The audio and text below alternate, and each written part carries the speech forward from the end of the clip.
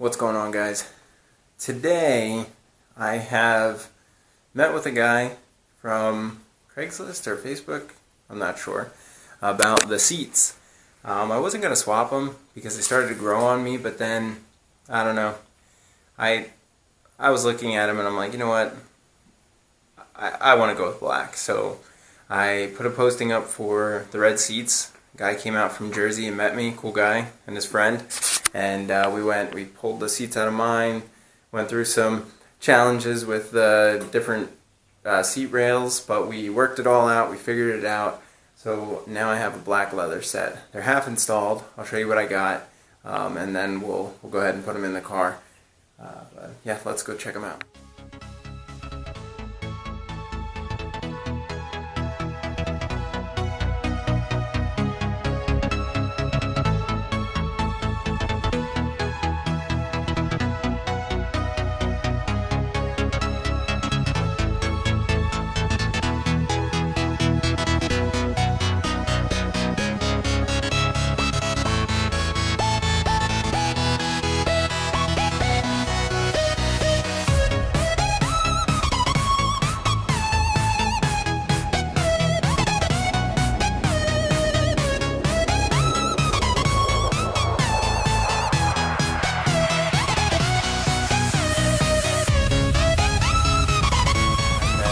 So what you just saw me doing is I was grinding off with a flap disc on my grinder, as well as a wire brush on the drill, taking off rust that was from the person that I traded seats with.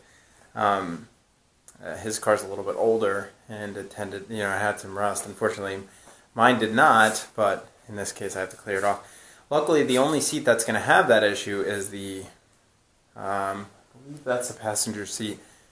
I know that has to be the driver's side. Yeah, and the reason for that is that one I took the whole seat including the rails, whereas the other one we swapped the rails because his passenger seat did not have front to back slide, electronic slide, so I needed my base to be able to connect to my powered seats and power source, whatever. The connectors were different, so we had to swap that. But for the driver's side, it's the same. And I kind of wish we would have swapped the bases, because then I wouldn't have this rust issue, but that's fine. What I'll do is I'm going to clear off the rust some more. I need to get a hand wire brush because I can't fit my drill in the deep section. I'm going to do that, wear it off as best I can, hit it with some primer, and then let it dry, and then, all right, let's get it. Here you can see the grinding I did. I'm going to hit it with a wire brush in my hand. I actually have like a cheap welding brush, whatever that's called, the brush that you break off the gunk after you weld. So I'm going to do that, and then we'll see how it looks. We'll clean it up, and then we'll hit it with some...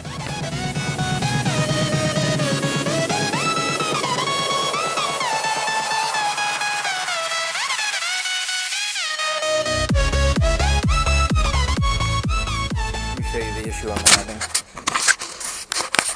So if you come right in here, my tools are too big. The hand brush fits in there, but it looks like I need something a little more abrasive, a little more powerful. And the problem is this bracket itself is not anything I can remove, at least not any way I know of, without disassembling the whole thing, and I don't really want to do that. So I'm just trying to think of a way to get in here to go ahead and I just need to really hit that for a couple seconds with a grinding wheel or something, and we can get it cleared up. So I'm going to give it a shot. We'll see what we can figure out. We got it going.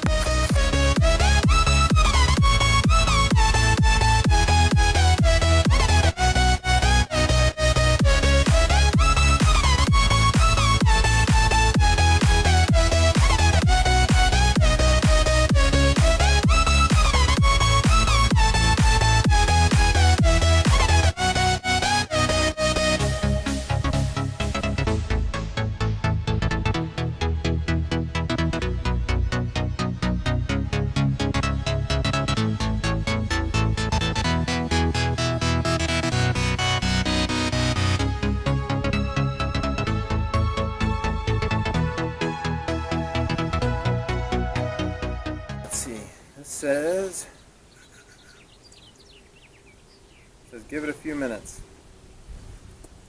That's what we'll do. Give it a few minutes. We'll be right back. Alright, we let it sit for a little bit. Looks wet. You can see that. Not that that means anything, but we're gonna hit it with the just the hand brush. I'll keep you close while I do, see if you can see what I'm doing here. See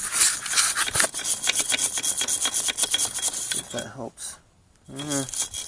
I can't even tell if the brush is actually getting down in there.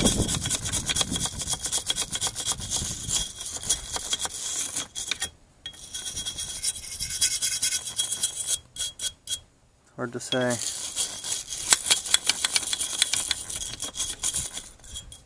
This annoys me because it's just a tiny little spot that's left, and it doesn't seem like I can get any brushes in there to fit it. I tried like a bunch of different things, so it doesn't really have anything left on it, so I'm just gonna hit that a couple more times. I have to do the other side yet, but this really bothers me.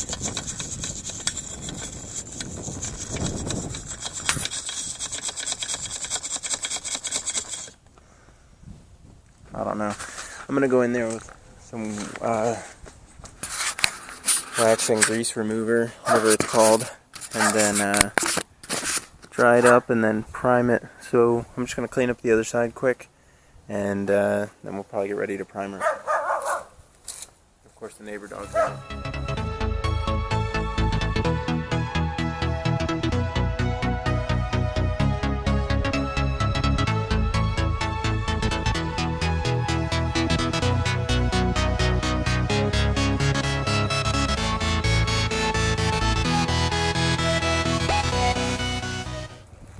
More parts. Painting mask.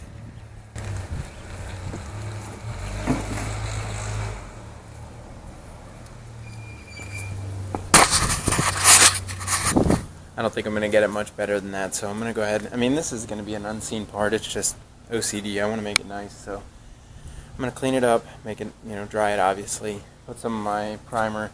I don't know if this is good stuff to use, but this is the best stuff I could find at, like, the Home Improvement. So it's Rust-Oleum. Let's see if you can see this. Rust-Oleum Professional Primer. It says for bare metal, previously painted, rusted surfaces, so it should be perfect. So that's what I'm going to use, and I'll block off the back so I don't, paint the seat.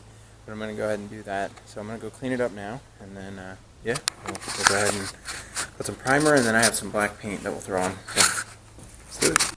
Alright, so I got this stuff, this wax and tar. It scared me at first when I read it because it didn't say in the main part that it does grease, but down here it says wax, tar, grease, road film, before and after sanding, and in the instructions it says that it can be used for, painting as well. So I'm going to use this to wipe down the parts prior to painting. So I'm going to use it now to clean this up. We'll let it dry, and then we'll throw some primer on it.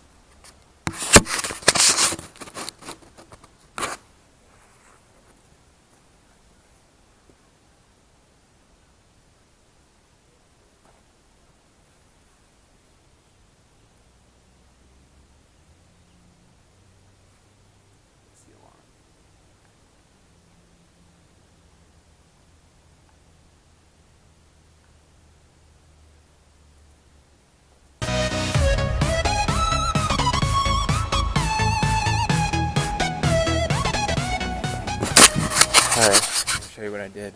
I realized since I have it in the grass here that it's not perfect, but since I have it in the grass, it's going to pick up junk, as you can see down there.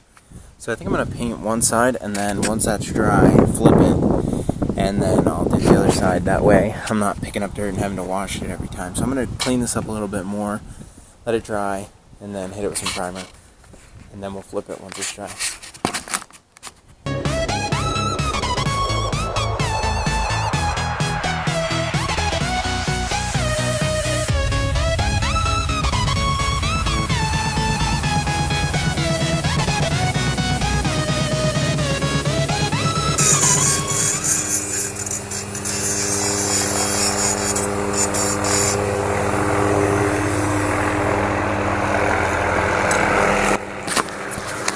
Look at that.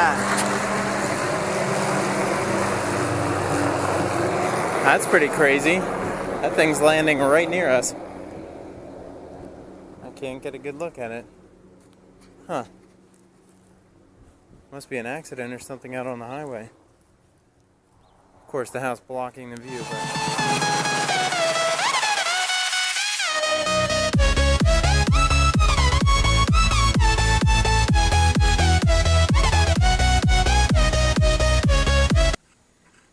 As you can tell, I'm not happy. Let me show you what this... Alright. So, as you can see, right here, this is separated. And the separation actually goes all the way back to about here on it. Now, there are some blemishes. My seats had some blemishes too, so this isn't too terrible. But that's not even what I'm worried about. I did not know about these, though. But what really upsets me about this is now I have to replace this whole panel because the back side of this is broken right here. Right here. This thing's pretty beat up. Pretty much everywhere that a connection point happens, it's broken. Because this was broken forcefully, this whole switch is completely broken, doesn't do anything. This one still works, but the other one doesn't. So I can finish putting the seats in by sliding this all the way forward and getting to those back brackets, but I'm just annoyed because look at this piece of crap. Like now, it makes me so upset. Anyway, let's end this one on a bad note, but the next one will be fun because we're going to prep, primer, and then paint the hood, fender, and bumper. So,